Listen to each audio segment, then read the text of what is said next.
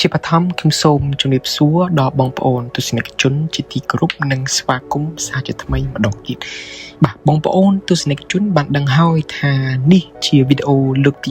3ហើយប្រសិនបើបងប្អូនទស្សនិកជនមិនទាន់បានទស្សនាវីដេអូជាលើកទី1ទេនិងវីដេអូជាលើកទី2ទេរបស់ខ្ញុំបងប្អូនអាចអញ្ជើញចុចទីកន្លែងតំបន់ description នៅខាងក្រោមដើម្បីចូលតាមតំណភ្ជាប់ដែលបានដាក់ជូនហើយអញ្ជើញចូលទៅមើលសិនដើម្បីបានជ្រាបជាព័ត៌មានអំពីសេចក្តីផ្ដោតនិងខ្លឹមសារសំខាន់ៗនៃច្បាប់ស្តីពីការប្រឆាំងការឆបោកតាមប្រព័ន្ធបច្ចេកវិទ្យាហើយប្រសិនបើបានមើលហើយខ្ញុំក៏សូមស្វាគមន៍បងប្អូនសារឡើងវិញជាលើកចុងក្រោយខ្ញុំសូមអនុញ្ញាតធ្វើការណែនាំខ្លួនបន្តិចក្នុងករណីមានបងប្អូនទស្សនិកជនខ្លះមិនទាន់បានចូលមើលវីដេអូជាលើកទី1និងជាលើកទី2របស់ខ្ញុំនៅឡើយទេ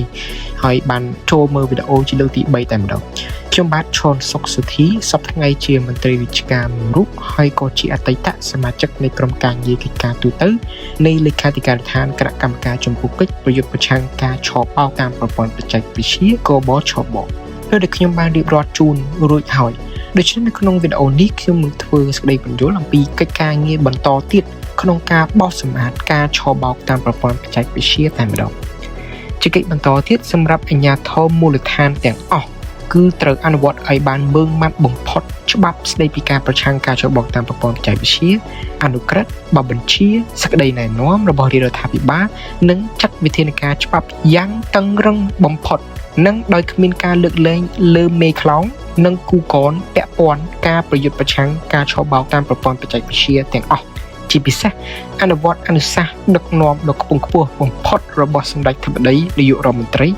ដែលលោកបានថ្លែងកាលពីថ្ងៃទី5ខែកុម្ភៈឆ្នាំ2026ថាវះកាត់ដោយគ្មានការលើកលែងចំពោះមន្ត្រីណាដែលជាប់ពាក់ព័ន្ធក្នុងបទល្មើសនានាជាពិសេសបទល្មើសឆបោកតាមប្រព័ន្ធបច្ចេកវិទ្យាដែលមិនអនុញ្ញាតឲ្យពួកឧក្រិដ្ឋជនយកទឹកដីកម្ពុជាធ្វើជាជម្រកសុវត្ថិភាពសម្រាប់ឆបោកពលរដ្ឋនៃប្រទេសដទៃនិងប្រែកម្ពុជាឲ្យក្លាយជាឋានសួគ៌នៃឧក្រិដ្ឋជនជាដាច់ខាតសម្រាប់ទិសដៅបន្តគឺត្រូវជំរុញការផ្សព្វផ្សាយច្បាប់ស្តីពីការប្រឆាំងការឆបោកតាមប្រព័ន្ធបច្ចេកវិទ្យាឲ្យបានទូលំទូលាយនិងអនុវត្តច្បាប់ឲ្យបានពេញលេញនិងម៉ឺងម៉ាត់បំផុតជំរុញនិងលើកកម្ពស់ប្រសិទ្ធភាពការអនុវត្តអនុក្រឹត្យលេខ03ស្តីពីការគ្រប់គ្រងសន្តិសុខសុវត្ថិភាពតាមទីតាំងប្រមូលផ្ដុំការអនុវត្តការផាកពិន័យនិងបង្កើនការត្រួតពិនិត្យកន្លែងដែលមានហានិភ័យខ្ពស់ដូចជាកាស៊ីណូនិងទីតាំងសង្ស័យនានា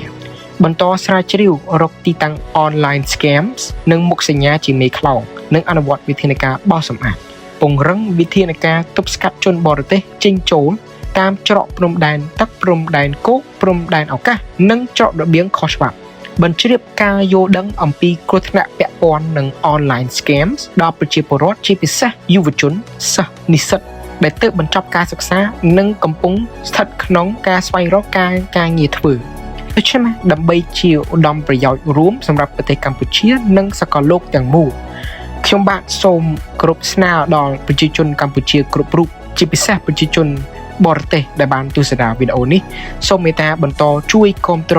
ដល់រដ្ឋាភិបាលកម្ពុជាក្នុងការរួមគ្នាបោសសម្អាតឧក្រិដ្ឋកម្មឆបោកតាមប្រព័ន្ធបច្ចេកវិទ្យាដែលជាឧក្រិដ្ឋកម្មឆ្លងដែនដែលជាក្តីកង្វល់រួមនិងបានបង្កនៅផលប៉ះពាល់យ៉ាងធ្ងន់ធ្ងរដល់សហគមន៍អន្តរជាតិនិងសកលលោកខ្ញុំសង្ឃឹមថាប្រជាជនជាតិនិងអន្តរជាតិគ្រប់រូបទាំងអស់នឹងចូលរួមផ្សព្វផ្សាយច្បាប់ស្តីពីការប្រឆាំងការឆបោកតាមប្រព័ន្ធបច្ចេកវិទ្យានេះ